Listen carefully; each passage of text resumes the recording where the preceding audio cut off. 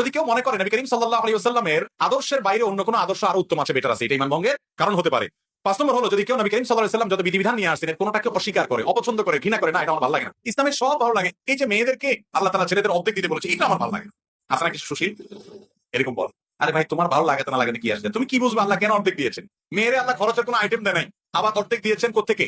বাপের সম্পদ থেকে, মায়ের সম্পদ থেকে, আবার স্বামীর সম্পদ থেকেও ভাগ পাবে, সন্তান থেকেও ভাগ পাবে, মহত্ব পাবে। খরচ কিন্তু এক টাকাও নেই। আর ছেলের খরচ সব জায়গায় আছে, শ্বশুর বাড়িতে গেলে মিষ্টি পোলটাটাও তার নিতে হয়, বাবার বাড়িতে গেলে ফলের প্যাকেটটাও তার কিনতে হয়, বইয়ের খানার টাকাও দিতে হয়, নিজেরটা তো দেওয়া লাগেই।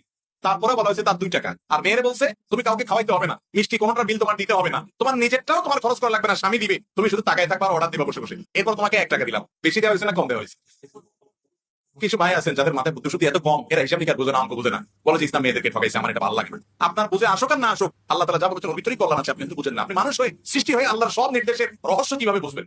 এই জন্য যদি কেউ আল্লাহর কোন নির্দেশকে, রাসূল সাল্লাল্লাহু আলাইহি ওয়াসাল্লামের কোন বিধানকে অপছন্দ করে, ঘৃণা করে, এর ফলে ঈমান চলে যায়। আরেকটা হলো শরীয়তের কোন বিষয়ের দিকে বিদ্রুপ করে, ঠাট্টা করে, তামাশা করে, আছে না অনেকে দুষ্টামি করে, ব্যঙ্গ করে, দায় নিয়ে ব্যঙ্গ করে। জিনিসটা সুন্নত হতে পারে, কিন্তু সুন্নতকে আপনি ঠাট্টা করলেন, রাসূল করেছে, বিদ্রুপ করলেন, তাহলে সাথে সাথে কি হয়ে যাবে? ঈমান হারা হয়ে যাবে। এটা ঈমান ভঙ্গের কারণ। ঈমান ভঙ্গের আরেকটা কারণ হলো ইসলামের শত্রু যারা, তাদেরকে যারা প্রত্যক্ষ মদদ দেয়, সহযোগিতা করে ইসলামের শত্রুতা করার জন্য, এটা মুনাফিক, এর ফলে ঈমান ভঙ্গ হয়। ঈমান ভঙ্গের আরেকটা বড় কারণ হলো কেউ যদি মনে করে, কিছু মানুষ আছে এরা ইসলামের গণ্ডির, ইসলামের বিধিবিধানের ঊর্ধ্বে উঠে গেছে, এদের নামাজ কালাম